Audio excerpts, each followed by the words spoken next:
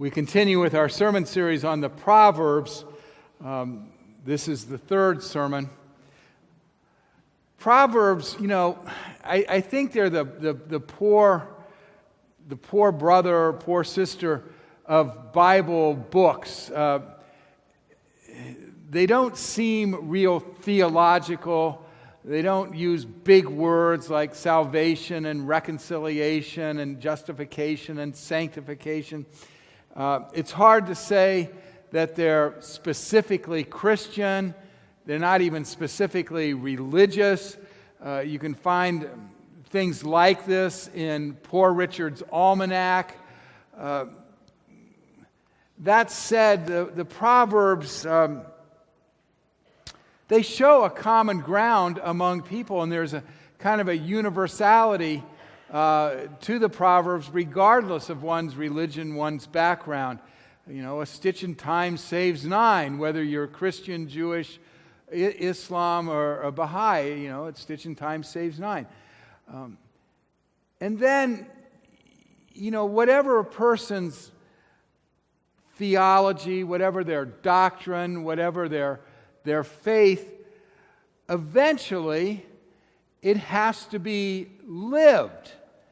And the Proverbs are about living.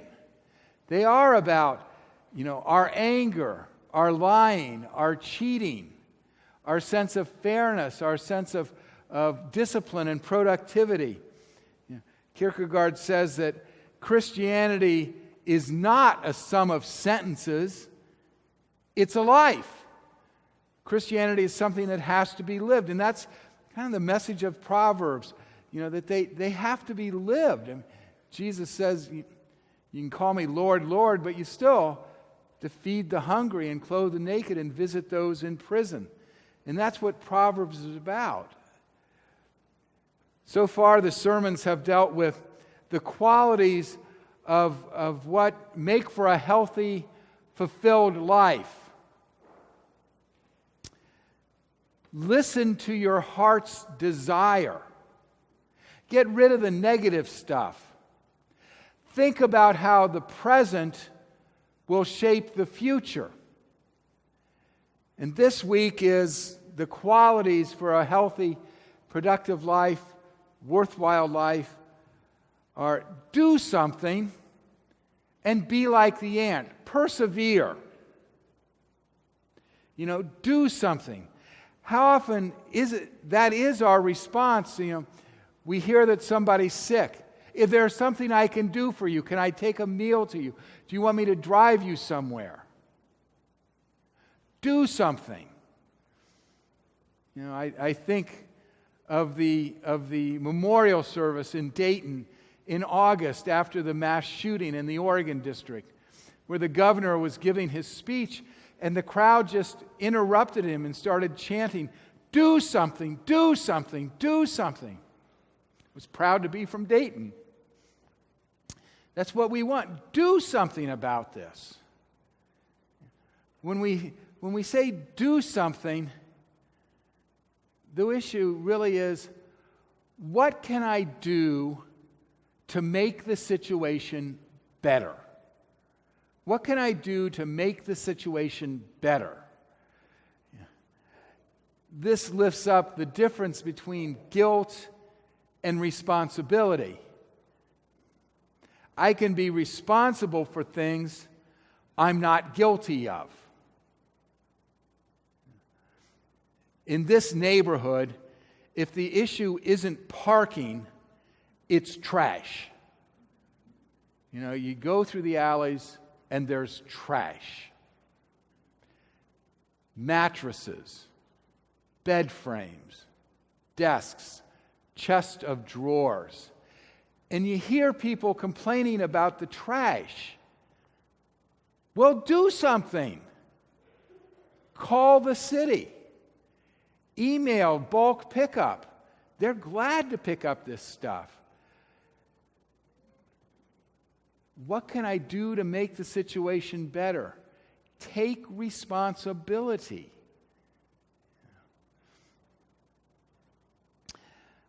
What we do begins with what we believe we can do. Sometimes we think we're underqualified for something. Sometimes we think we're overqualified for something. Many of us know yes, but people. They'll ask us for advice, we'll give it to them, and they'll respond, yes, but, and give you the reasons why they can't do it. You know, doing something begins with what we believe we can do. Often, when we say we can't do something, what we really mean is, I won't do something. And then there's pessimism and optimism. Optimism believes that things will just be fine and I don't have to do anything. It'll work out. Pessimism thinks things stink and they're irredeemable and nothing can be done and I don't have to do anything. In that sense, optimism and pessimism have the same result. I don't do anything. Rebecca Solnit talks about naive cynicism. I find that a fascinating phrase. Naive cynicism. It's an oxymoron because cynics don't appear to be naive. They appear to know everything. But cynics think in terms of absolutes. It will not work.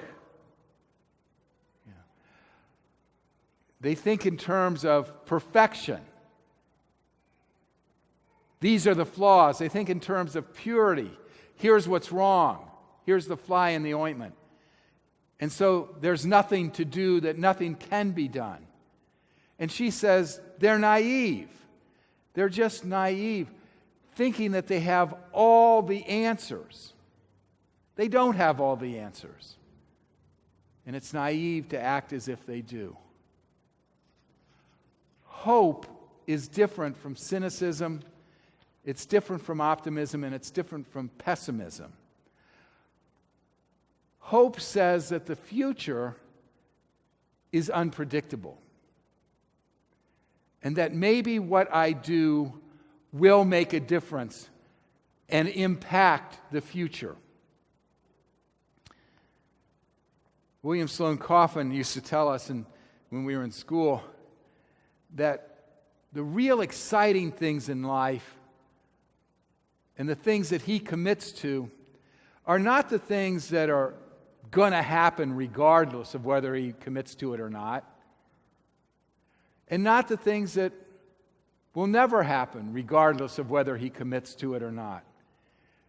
Where his real interest lay was in the things that were around 30 to 40%, that there's a chance it might work if he commits to it. You know, when we talked about starting a new church, you know, there was a 30 to 40% chance that it would work. That's where the excitement is. That's where the interest is. That's where we commit our energy. That's where the future is unpredictable, but we might make a difference if we do something. Paul talks about work out your salvation in fear and trembling. It isn't work for your salvation in fear and trembling. Salvation is already assured in Jesus. It's work out your salvation in fear and trembling. Do something. Work to make a difference in the church and in the world and in the kingdom of God. Take a chance. When we do something, we take responsibility for our lives. We're not passive spectators and victims of what's going on. We have agency. We are driving the car of our life. I can blame you for what you do to me. But I can't blame you for what I do in response for what you do to me. That's up for me to decide, and I'm free. And for freedom, Christ has set us free. in how we do something. Do something. Make the first move. Don't we often find ourselves in that? Well, I'll do it if you do it. I'll talk to her if she talks to me. Yeah. I'll go out on a limb if you go out on a limb. And we find ourselves, we always do this when we enter a building and somebody comes at it and we come at it together. And it's always, well, you go first. No, you go first. No, you go first. And we just stand there never taking a step. Take the first step. Make the call.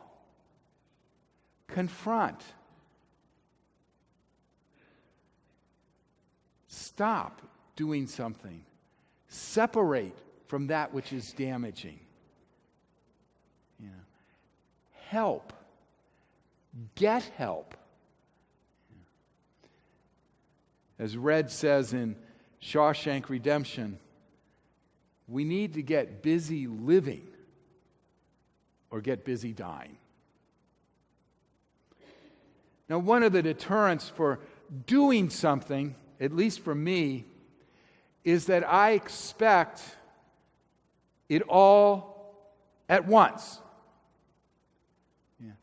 One of my problems with the computer is I want to know it all now. And if I can't figure it out all now, you hear me yell from my office, Colleen, Amy, Beth, I want it all now.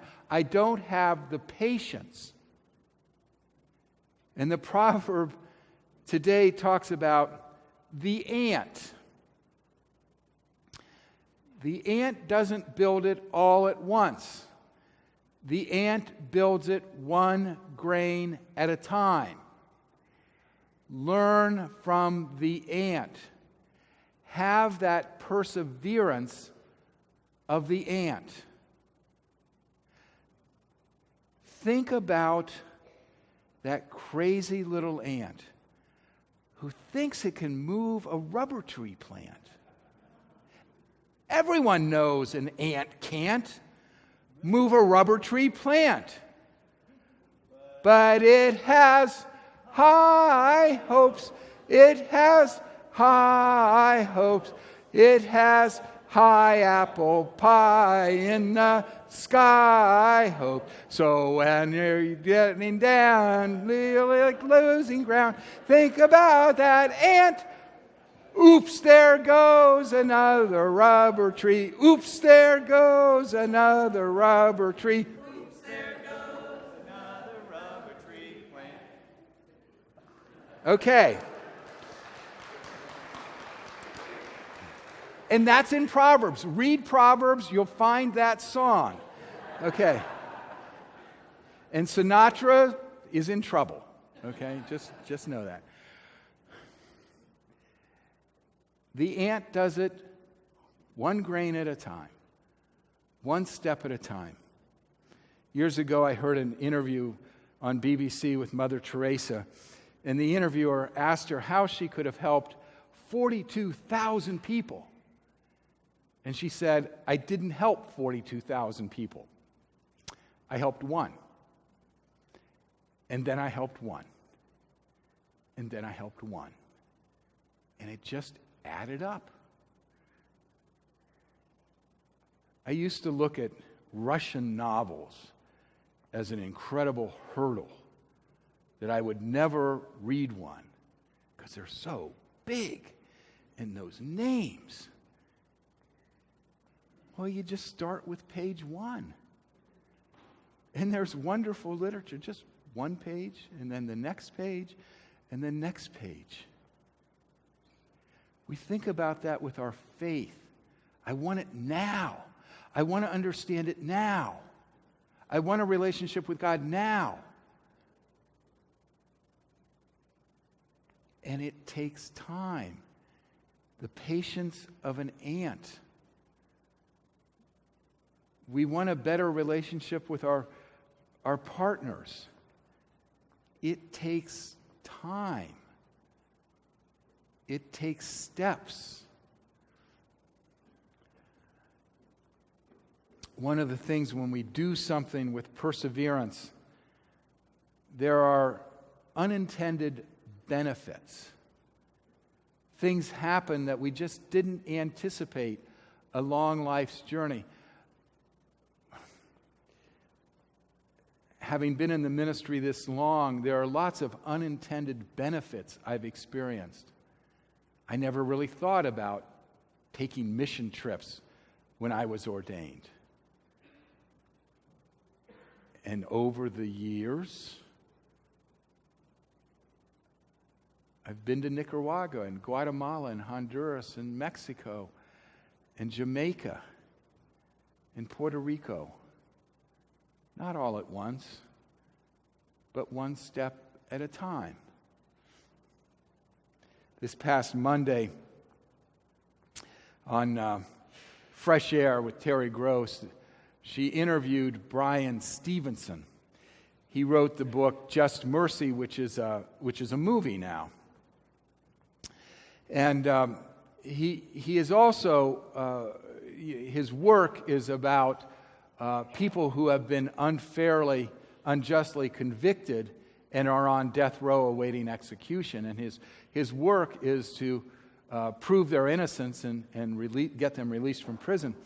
And another thing that he does is he chronicles racism in our country, and he's founded the Museum for Peace and Justice in Montgomery, Alabama, and it's a memorial to blacks who have been lynched in American history.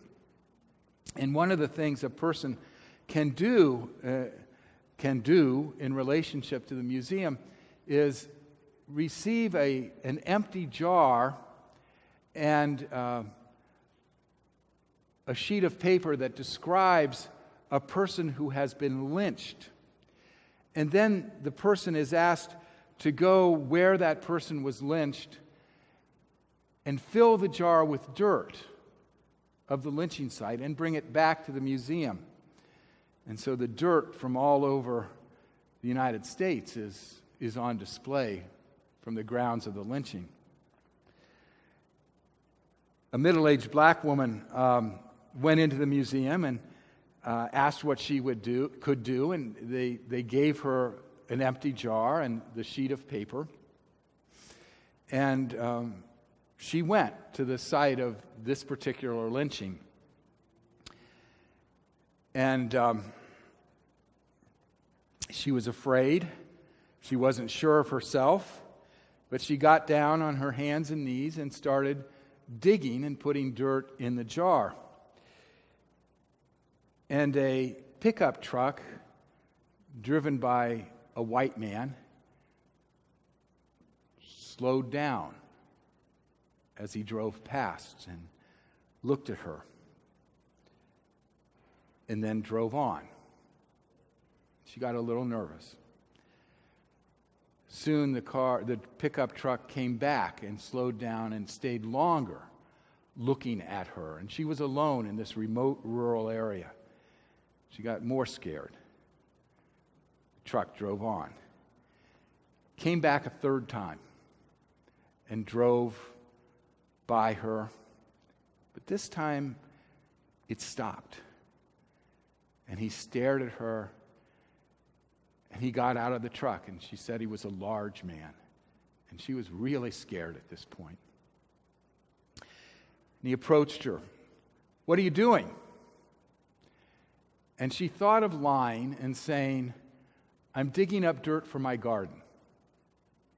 But she decided to tell the truth, and she said, "On this site in 1931, a black man was lynched. And I'm digging up dirt to put in the jar to take to the memorial, the Museum of Peace and Justice." And he stood there and looked at her, and he said, "Is that paper the story of what happened?" "Yes." "Can I read it?" And he read it. And then he said, "Can I help you?" And she said, "Sure." And he got down on all fours, and she gave him her trowel, and she started to dig with her hands, and he said, "No, you keep the trowel, I'll dig with my hands." And she said that he really went at it, and his hands were black with the dirt. And she started to cry at what she was seeing. And he said, I'm sorry, I've upset you." And she said, "No, I feel blessed that you're helping me." And they continued to fill this jar with the dirt. And when they were done, she looked over and she saw that he was shaking and sobbing.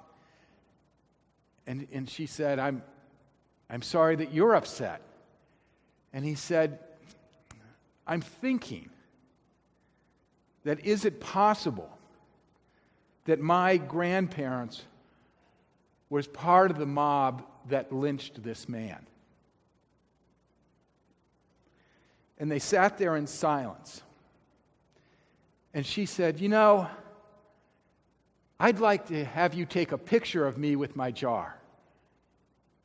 And he said, "Sure. Will you take a picture of me with the jar?" And they took pictures of each other. And then they decided to go together to the museum and together give their jar to the museum. The middle-aged black woman and the white man in the pickup truck. She talked about how that event redeemed the ground and brought about reconciliation between her and this white man. And that they had both done something toward racism. Not everybody can tell a story like that, but they can. Because they did something. There are unintended benefits to doing something, and nothing is lost in God's economy. A healthy, fulfilled, worthwhile life does something. It asks, what can I do to make the situation better? May it be so. Amen.